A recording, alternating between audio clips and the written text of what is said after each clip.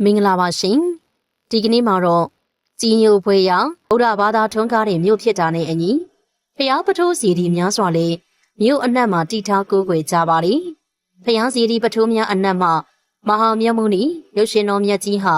မန္တလေးမြို့ကိုရောက်သူတိုင်းမရောက်မရှိဝင်ရောက်ဖူးမြော်ဦးတိုက်ကြတဲ့တကိုးကြီးဆူတောင်းပြီးဗုဒ္ဓရုပ်ဘောတော်မြတ်ကြီးဖြစ်ပါလိမဟာမြတ်မုနီရုပ်ရှင်တော်မြတ်ကြီးဟာမန္တလေးတိုင်းဒေသကြီးမန္တလေးမြို့လေမှာတင့်တယ်စွာတည်ရှိလိုနေပါသည်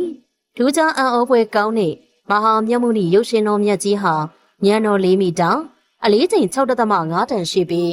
စိန်ပတ္တများနီလာများနဲ့စီချစ်ထားတဲ့တင်းကျစ်တော်နဲ့အတူရုပ်ပွားတော်ကြီးကိုလည်းကြီးဖြင့်သွန်းလောင်းထားပါသည်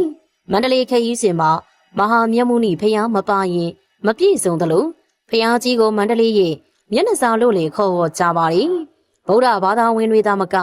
မန္တလေးကိုရောက်လာတဲ့ကမ္ဘာခေါင်းဆောင်ကြီးတွေတောင်မဟာမုနီဖျားရှင်တော်စံတော်မူရာဂန္ဓာကုရီကျောင်းတော်ကိုတွားရောက်ပြီးဥခိုက်ပူဇော်ခြင်းလူဒန်းခြင်းနဲ့ဧည့်သည်တော်မှတ်တမ်းမှာလက်မှတ်ရေးထိုးခြင်းတွေပြုလုပ်ကြပါသည်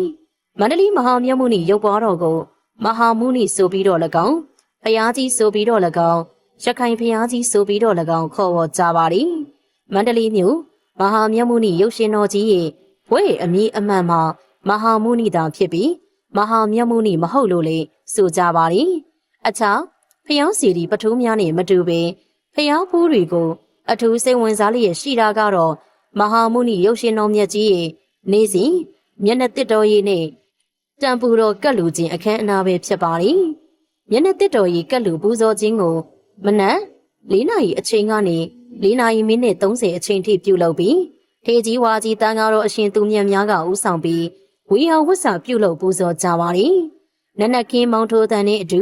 တန်ဃာတော်မထေရမြတ်ကြီးတစ်ပါးကမျက်နှာတစ်တော်ကြီးကတ်လူခြင်းတန်ရှင်းစင်ကြယ်သောမျက်နှာတုပ်ပေါ်ဝါဖြင့်တန့်စင်ပေးခြင်းတံပူတော်များကတ်လူပေးခြင်းတို့ကိုဆောင်ရွက်ကြပါသည်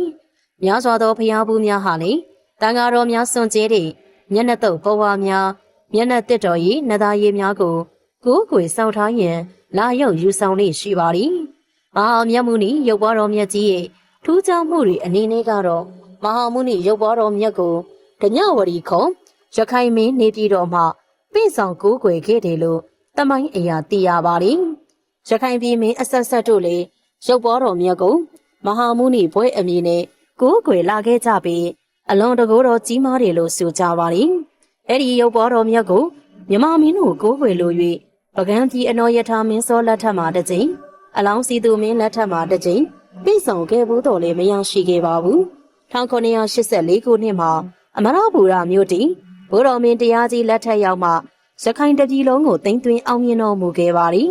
အဲ့ဒီနောက်သားတော်မဟာဥပရဇာတိရိမဟာဓမ္မပိဋကတိဟတုရဘွဲကံ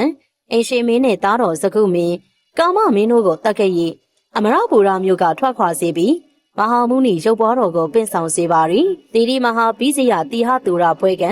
သားတော်အိရှင်မင်းဟာမဟာမုနီဖျားကြီးကိုဓညဝရီမြို့မှစတင်ပင့်ဆောင်ခဲ့ပါသည်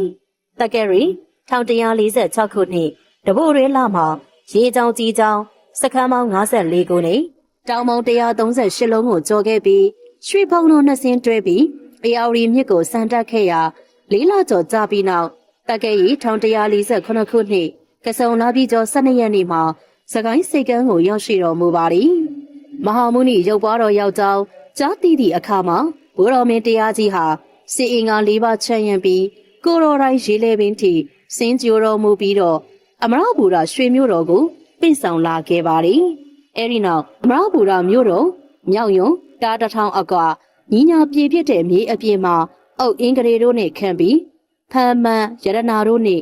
စီချေအပ်တိန်ဘုံကိုစင်းရှိရွှေပြသက်တော်မှသွင်းပြီးကိုးကွယ်တော်မူခဲ့ပါသည်နောက်ပိုင်းမှာမင်းမီဖျားမူးမှတ်ဝင်မင်းစသည်တို့ဟာဖျားကြီးအတွက်အစဉ်အဆက်ရွှေသိန်းကျရွှေမကိုင်ရွှေဆောင်နှန်းရွှေစရက်စတာရီနေပြသက်ကြီးကိုအစဉ်အဆက်မောမှန်ပြုပြင်လာကြသည်မှာတက္ကရီ1245ခုနှစ်သို့တိုင်ရောက်ခဲ့ပါသည်1245ခုနှစ်ကစုံလမှာတီဘောမင်းတရားကရွှေငွေကြောက်တံပဒံများစုစုပေါင်း8000ကျော်တန်ဖိုးရှိသည့်ထီးဖြူတော်ကိုလှူဒန်းတော်မူခဲ့ပါသည်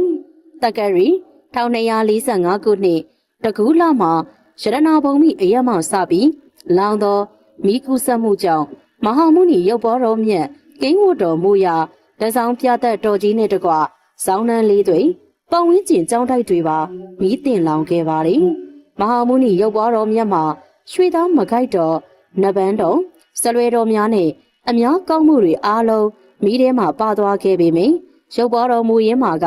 တစုံတရာချိုးရင်းပျက်စီးခြင်းမရှိပဂရိအတိုင်းတည်ရှိတော်မူပါတယ်။မဟာမုနီရုပ်ရှင်တော်မှာစီးစင်းတဲ့ရွှေတွေကိုကောက်ယူချင်းတွဲကြည့်ရာရွှေချိန်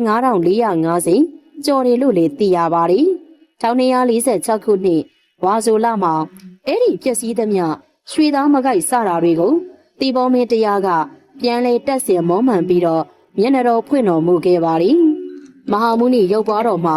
ဉာဏ်တော်၈တောင်တက်မိုက်သို့မဟုတ်12ပေ9လက်မှရှိပြီးတော့ပလင်တော်မှ9ပေမြင့်ပါလေ။တက္ကရီ1260ပြည့်နှစ်မှာ